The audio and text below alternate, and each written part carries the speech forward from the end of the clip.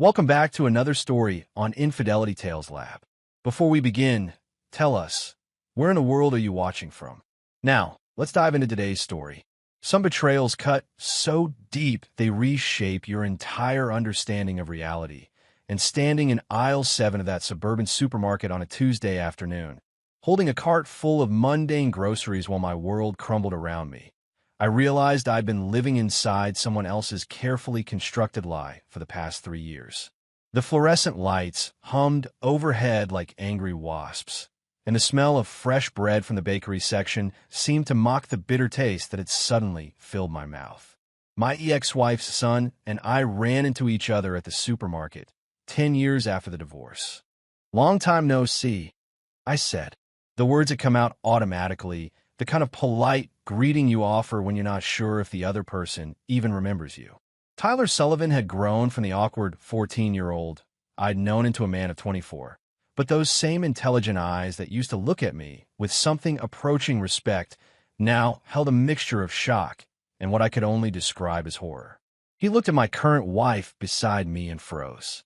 Claire had been examining a package of organic pasta, her perfectly manicured fingers turning it over to read the ingredients with the same meticulous attention she brought to everything in our life together. She'd always been particular about details, something I'd initially found charming about her. The way she organized our spice rack alphabetically, how she folded my shirts with military precision, the methodical way she planned our social calendar months in advance. Now, watching Tyler's face drain of color as he stared at her, those same traits took on a more sinister cast. Without a word, he fled as if he'd seen the Grim Reaper. The kid practically knocked over an elderly woman in his haste to escape, his sneakers squeaking against the polished floor as he rounded the corner toward the exit. Claire looked up from her pasta examination, eyebrows raised in that perfectly sculpted arch that had first caught my attention at the coffee shop where we'd met. "Who was that?" she asked, her voice carrying that slight breathiness that had once made my heart race. "He seemed to know you." Before I could answer, moments later, my phone buzzed with a message from him. I pulled it out, expecting maybe an apology for the awkward encounter, but what I found instead made my blood turn to ice in my veins. "Divorce her now. Your new wife is." The message cut off there, followed immediately by another text. "Can't explain here. Meet me at Riverside Park, North Bench by the Old Oak. Come alone. Your life depends on it." Claire was still watching me, and I realized I'd been staring at my phone for what must have been 30 seconds. "Everything all right, honey?" she asked, moving closer to me, her hand touching my arm in that possessive way she had. "You look like you've seen a ghost." If only she knew how accurate that description was. I met Tyler 2 hours later, after making excuses about needing to stop by the office to pick up some files. The park was nearly empty except for a jogger on the distant trail and an old man feeding ducks by the pond. Tyler was sitting on the bench exactly where he'd said he'd be, but he looked like he'd aged 5 years in the span of our brief supermarket encounter. His hand was shaking as he lit his third cigarette since I'd arrived.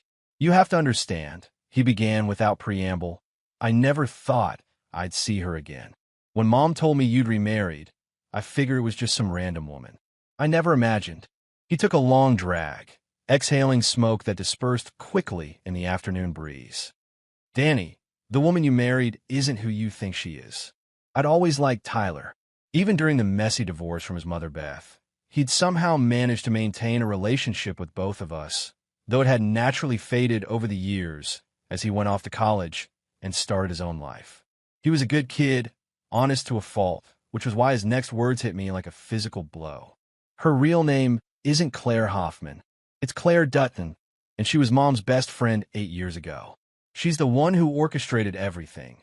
The affair, the divorce, all of it. She seduced Mom's lover specifically to get information about your marriage, your weaknesses, your financial situation. The whole thing was planned from the beginning. The world seemed to tilt sideways, and I gripped the edge of the bench to steady myself. That's impossible. I met Claire 3 years ago at Murphy's Coffee House. She was reading a book about architecture, and I struck up a conversation because I just finished designing the new library downtown. It was completely random. Tyler's laugh was bitter and humorless. Nothing about Claire Dutton is random, Danny. She knew you'd be there that day because she'd been studying your routine for months. The book, Architecture for Dummies, probably picked up an hour before you arrived. She played you from the very first moment, just like she played my mom. The pieces began falling into place with sickening clarity. Claire's mysterious past that she'd always been vague about. The way she'd seemed to know exactly what to say to win me over during our courtship. Her uncanny ability to anticipate my needs and desires. Even our meeting location. I've been stopping at Murphy's every Tuesday morning for 2 years before I met her. Of course, she would have known. Why? I managed to ask, though my throat felt like it was lined with sandpaper. What does she want? Money, initially, but I think it's become something more twisted than that. She gets off on the control, the manipulation. She destroyed my mother's life just to prove she could, and now she's done the same thing to you. Tyler crushed his cigarette under his heel with more force than necessary. There's something else, Danny. Something I didn't want to tell you, but you need to know. She's not done with you yet. This was never meant to be permanent. What do you mean? 3 weeks ago, I was at a bar downtown with some friends from college. I saw her there with a man I didn't recognize. Definitely not you. They were close. Very close. When she went to the bathroom, I followed her, and I heard her on the phone. She was talking about timelines, about how much longer she needed to maintain the charade. She said something about a final payday, and then she could disappear forever. I stared at the ducks on the pond, watching them glide across the surface with deceptive calm, while their feet paddled frantically beneath the water. It seemed like an apt metaphor for my life. How long have you known? I recognized her the moment I saw her at your wedding. I tried to convince myself I was wrong, that it was just someone who looked similar. But there was no mistaking those eyes, that smile. I should have said something then, but I didn't know how to prove it, and honestly, you looked so happy. I thought maybe... He shrugged helplessly. I thought maybe she'd actually changed, that she genuinely cared about you. I was wrong. The rage was building slowly in my chest, a familiar burn that I'd learned to recognize over the years. It was the same feeling I'd had when I discovered Beth's affair, when I'd realized that my business partner had been embezzling from our firm, when my father had died and left everything to his secretary instead of his son. The difference was that those betrayals had caught me off guard, left me reeling and reactive. This time will be different. I need proof, I said quietly. Everything you can give me about Claire Dutton, about what she did to your mother, about the man she was with at the bar. I need phone numbers, addresses, photographs, anything that can verify what you're telling me. Tyler nodded eagerly. I kept everything from Mom's divorce.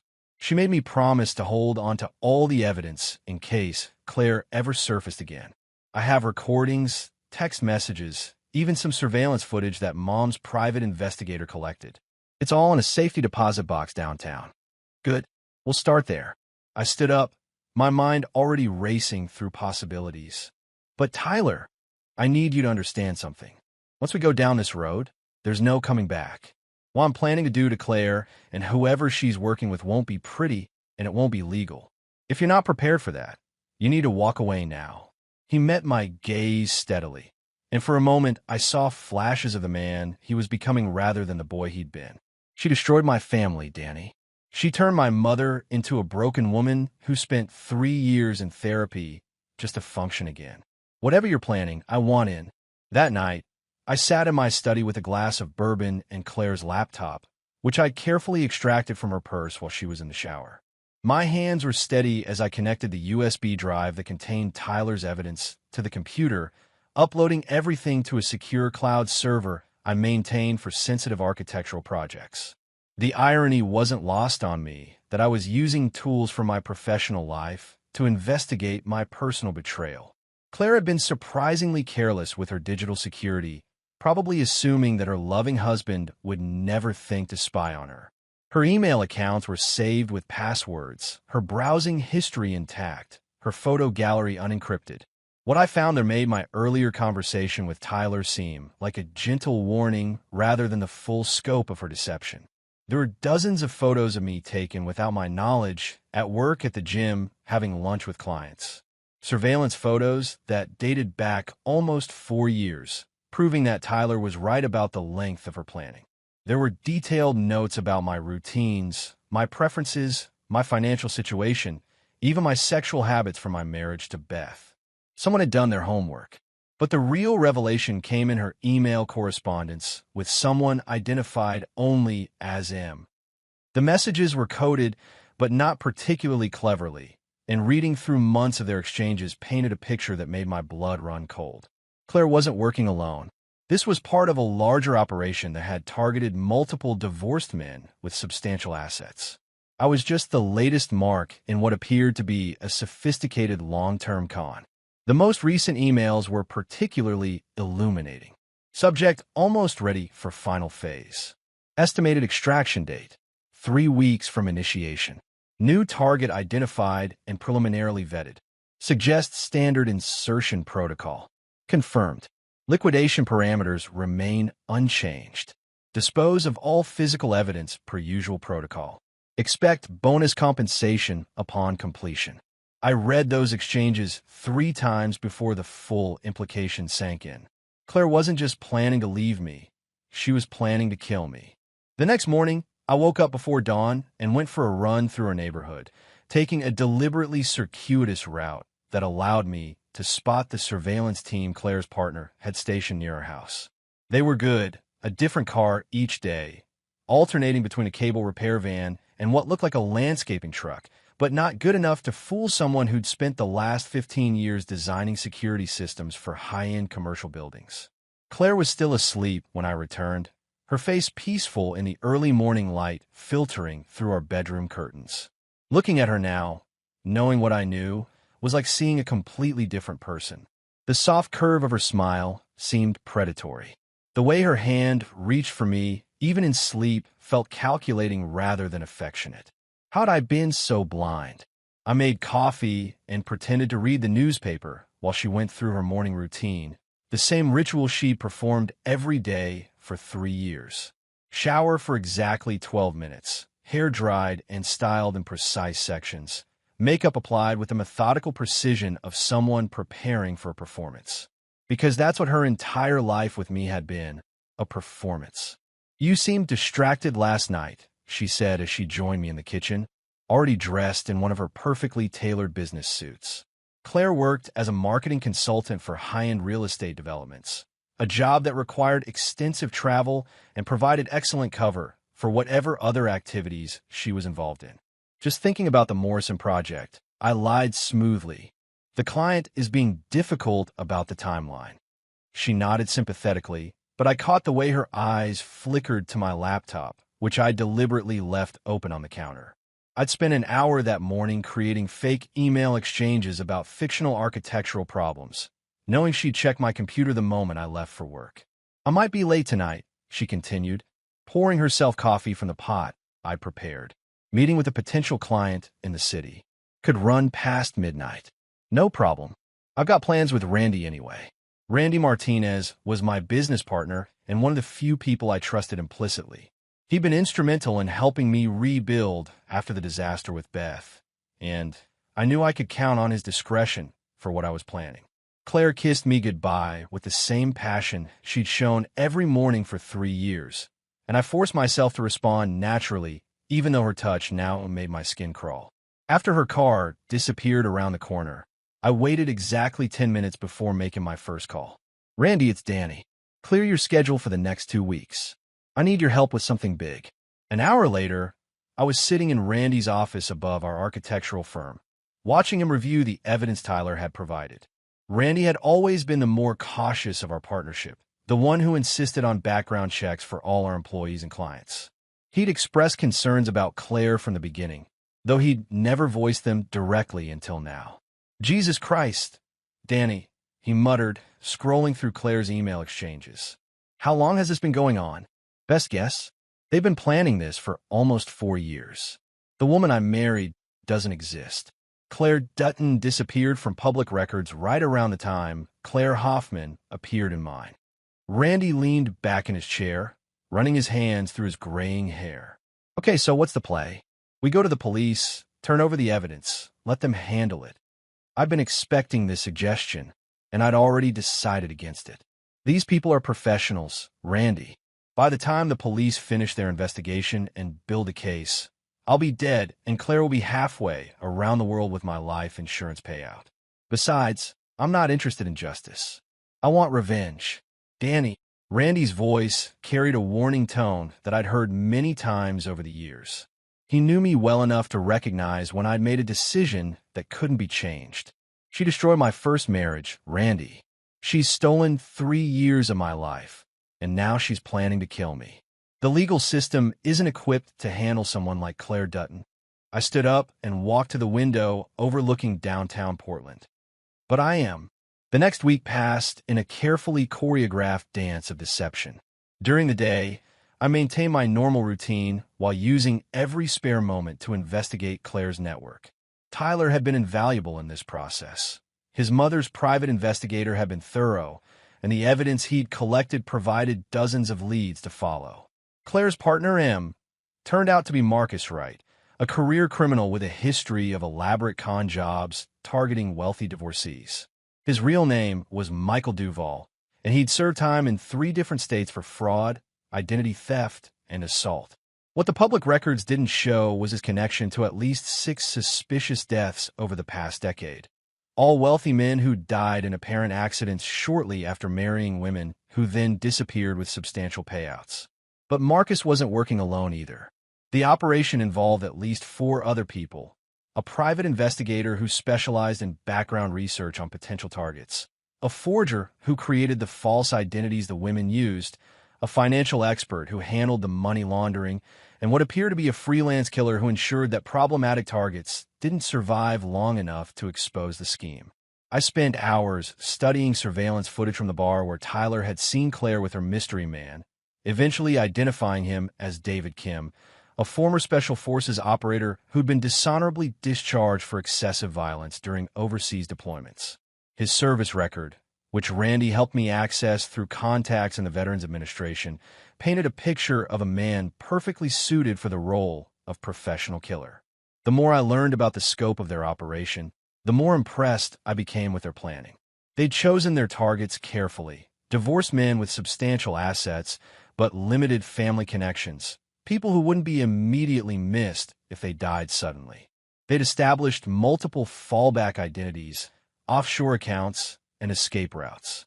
They'd even arranged for Claire to have an ironclad alibi for the night they planned to kill me. But they'd made one critical mistake. They'd underestimated me. On Thursday night, Claire announced that her business trip had been extended another day. She'd be staying overnight in Seattle, meeting with clients through Friday afternoon. I expressed appropriate disappointment, while mentally noting that this fit perfectly with the timeline I'd observed in her emails. According to their plan, I would die Friday night in what would appear to be a home invasion gone wrong. That gave me exactly 24 hours to complete my preparations. I started by visiting a storage unit I'd rented under a false name in a neighboring city. Over the past week, I'd been gradually moving items there: camping equipment, tools, supplies that would be needed for what came next. I'd also made several cash purchases from different hardware stores, ensuring that no single transaction would appear suspicious if anyone bothered to investigate later. Friday morning, I called in sick to work and spent the day conducting final surveillance of each member of Claire's team. Marcus was staying at a hotel downtown under his right identity. David Kim had rented a house in the suburbs that was clearly being used as a base of operations.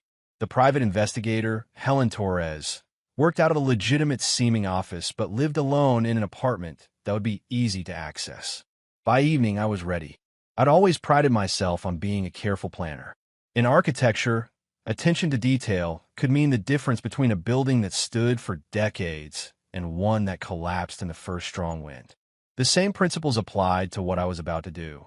Success would depend on precise timing, thorough preparation, and the ability to adapt when circumstances inevitably changed. Claire called at 8 o'clock, right on schedule. "Hi, honey. Just wanted to check in. The meetings are running later than expected, so I probably won't be home until tomorrow afternoon." "No worries," I replied, injecting just the right amount of disappointment in my voice. "I'll probably just order pizza and catch up on some reading." "Sound perfect. I love you." "Love you too." The lie came easily now. At 9:30, I received a text from Tyler. package delivered. Ready when you are. I smiled for the first time in a week. Tyler had proven remarkably resourceful over the past few days, using his connections from college to acquire items that couldn't be purchased through normal channels. His hatred for Claire Dutton ran almost as deep as mine, and he'd embraced his role in her destruction with enthusiasm that would have worried me under different circumstances. At 10 o'clock exactly, I made my move. The beauty of a well-executed plan is that it unfolds with the inevitability of a controlled demolition. Each element serves a specific purpose, and when properly coordinated, the result is both devastating and precise. I'd spent years watching buildings come down, studying the way strategic placement of explosives could bring down massive structures with surgical accuracy. The same principles applied to destroying lives. David Kim was my first target, primarily because he represented the most immediate physical threat. I've been watching his rented house for 3 days, learning his patterns, identifying his vulnerabilities. Former special forces or not, he'd grown complacent during his years as a civilian contractor. He kept regular hours, didn't vary his routes, and had developed a fondness for expensive whiskey that I intended to exploit. I entered his house through the basement window at 10:47 p.m., exactly 13 minutes after he'd settled into his nightly routine of drinking alone while watching cable news. The sedative Tyler had acquired worked exactly as promised. Tasteless, odorless, and potent enough to incapacitate a man Kim's size within minutes of ingestion. He never saw me coming. When he woke up 6 hours later, he was zip-tied to a chair in the basement of an abandoned warehouse outside the city. I'd chosen the location carefully, remote enough to ensure privacy, but close enough to several other sites I'd need to visit before dawn. "Who the fuck are you?" His words were slurred from the lingering effects of the drugs, but his eyes were alert and calculating. Even restrained, he radiated the kind of controlled violence that came from years of professional killing.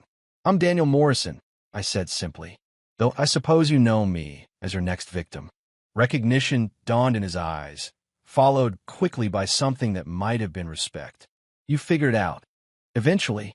The question now is whether you're going to tell me everything I want to know about your operation, or whether we're going to do this the hard way." He laughed, a sound devoid of any real humor. "You think you're the first Mark who's gotten wise to us? 3 years ago, a guy in Denver figured out what was happening. Know what happened to him? I assume you killed him. Slowly. Very slowly. And when we're done with you, we're going to do the same thing to that kid who's been helping you. Tyler, right? Claire's been watching him since your little park meeting." The rage that had been simmering in my chest for a week finally boiled over. I prepared for this moment, known that it would come, but hearing him threaten Tyler still caught me off guard. The kid had risked everything to warn me, and now he was in danger because of it. I picked up the first tool from the array I'd laid out on a nearby workbench, a pair of industrial wire cutters that I'd originally purchased for a construction project. "Let's start with your fingers and work our way up. For every piece of information you give me, you keep a digit. Refuse to answer, and you lose one. Simple math." What followed was 47 minutes of the most brutal interrogation I'd ever witnessed, let alone conducted. I'd always known I was capable of violence when pushed far enough, but I'd never understood the depth of my own capacity for cruelty until that night. Kim was a professional killer, trained to withstand torture, but he was also a man with a healthy appreciation for self-preservation. By the time the sun started to rise, I had everything I needed: the location of their primary base of operations, the identities of all 6 team members, the timeline for their planned escape after my death, and most importantly, the location where they were holding their contingency funds, over $3 million in cash and negotiable securities stolen from previous victims. Kim himself was no longer a concern. I'd been careful to ensure that his death would send the right message to his surviving partners while providing no useful evidence to any potential investigators. The warehouse had security cameras, but they'd been recording to a digital system that would mysteriously malfunction during a power surge scheduled to occur 30 minutes after I left. Marcus Wright was my second target, and he proved considerably easier to handle than Kim. I found him in his hotel room at dawn, already packing for what was clearly an emergency departure. Someone had warned him that something was wrong, but not quickly enough for him to escape. Unlike Kim, Marcus broke almost immediately. He was a con artist, not a killer, and the sight of David Kim's severed finger, which I'd brought as a visual aid, convinced him that cooperation was his only chance of survival. It was supposed to be simple, he babbled as I secured his hands with the same zip ties I'd used on Kim. Find wealthy divorce guys, send in one of our girls, wait for the right moment, then liquidate the target and move on. Clean, efficient, profitable. How many? I asked. What? How many men have you killed? Personally? None. That was always Kim's job. But the operation? Maybe 30, 40 guys over the past 8 years. We were good at it, Danny. Really good. 40 men. 40 husbands, fathers, sons who'd been murdered for nothing more than their bank account balances. I thought about their families, the wives and children who'd been left to grieve losses they'd never understand, and my resolve hardened even further. Where's Claire? Safe house in the mountains. About 2 hours north of here. She's supposed to stay put until Kim confirms that you're dead. Then we all meet up and head for Mexico. And Helen Torres? Marcus's face went pale. How do you know about Helen? I know about all of you, Marcus. The question is whether you're going to help me find her or whether you're going to follow Kim's example. It took another hour to extract the remaining information I needed, but by 8 o'clock that morning, I had complete details about their operation, including bank account numbers, safe house locations, and the identities of their next 3 potential targets. Marcus had kept meticulous records, partly out of professional habit and partly as insurance against his partners. Helen Torres was at her apartment, apparently unaware that anything had gone wrong. I found her watering plants on her balcony, a picture of domestic normalcy that belied her role in multiple murders. She was a small woman in her 50s, the kind of person who would blend seamlessly into any crowd, which made her perfect for surveillance work. She tried to run when she saw me, but there was nowhere to go. Her apartment was on the 3rd floor, and I'd already blocked the only exit. "You're Daniel Morrison," she said, backing toward the sliding door to her balcony. "You're supposed to be dead. Disappointing, I'm sure. Where are the files on your other targets?" "I don't know what you're talking about." I sighed and pulled out my phone, showing her a photo I'd taken earlier. Marcus right hung from construction crane at the warehouse, his body positioned to be visible from the interstate that ran past the industrial district. "Your partner, Marcus, was more cooperative. I'd prefer not to have to get creative with you as well." She broke faster than either of her colleagues, leading me to a hidden safe that contained detailed dossiers on dozens of potential victims. The scope of their operation was even larger than I'd imagined. They'd been researching targets across the entire Pacific Northwest, building profiles that went back months or even years. I spent an hour photographing everything, ensuring that I had complete documentation of their crimes. Then I made Helen call Claire's phone and deliver a coded message that would bring my wife home early. By noon, I was in position at our house, waiting for Claire to arrive. I'd arranged the scene carefully, her laptop open on the kitchen counter, displaying the evidence I'd collected about her real identity. Marcus's phone, which would show their text message exchanges. Photos of her surveillance targets spread across our dining room table. I wanted her to understand exactly how thoroughly her world had collapsed before we had our final conversation. She walked through the front door at 1:23 p.m., calling out my name with that same affectionate tone she'd used for 3 years. I heard her heels clicking on the hardwood floor of our entryway, heard her set down her purse and keys in their usual spot, heard her humming the melody of a song that had been playing on the radio during our first date. The humming stopped when she reached the kitchen. "Hello, Claire," I said from my position in the doorway. "Or should I call you Claire Dutton?" She froze, her eyes taking in the evidence spread across our home. For just a moment, the mask slipped, and I saw the real person underneath, cold, calculating, utterly without remorse. Then her training kicked in, and she gave me the same loving smile that had charmed me for 3 years. "Danny, I can explain everything. Whatever you think you know, there's more to the story. I'm sure there is. Start with why you killed my first marriage." Her smile never wavered. "Because I was paid to. Because you were researched for something bigger. Because I'm very good at my job. The casual way she admitted to destroying my life was almost more shocking than the admission itself. There was no guilt, no regret, just professional pride in a job well done. And now you're planning to kill me. Was planning. Past tense. Obviously, that's no longer an option. She moved closer, and I realized she was positioning herself within reach of the knife block on our kitchen counter. The question now is what happens next? What happens next is that you disappear forever. Just like David Kim disappeared. Just like Marcus Wright disappeared. Just like Helen Torres is about to disappear. For the first time, genuine fear flickered across her features. You killed them. I killed them. All three of them. And now I'm going to kill you. She lunged for the knives, faster than I'd expected, but not fast enough. I'd been anticipating this moment for days, and the taser Tyler had acquired stopped her cold. She collapsed to our kitchen floor, convulsing as 50,000 volts coursed through her nervous system. When the spasms stopped, I secured her to one of our dining room chairs with the same zip ties I'd used on her partners. She was conscious but disoriented, her perfect hair disheveled for the first time since I'd known her. The difference between you and me, I said as I began assembling the equipment I'd need for what came next, is that I never claimed to be a good person. You've spent 3 years pretending to love me, pretending to build a life with me, pretending to be someone you're not.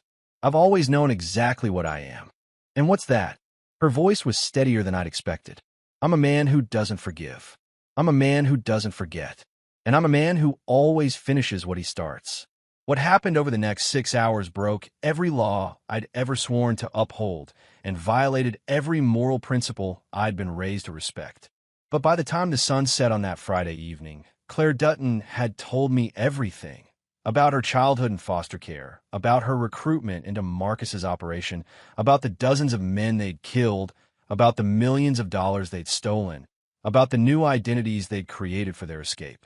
More importantly, she told me about the offshore accounts where their stolen money was hidden, and she provided the access codes that would allow me to transfer every penny to accounts I'd established for the families of their victims.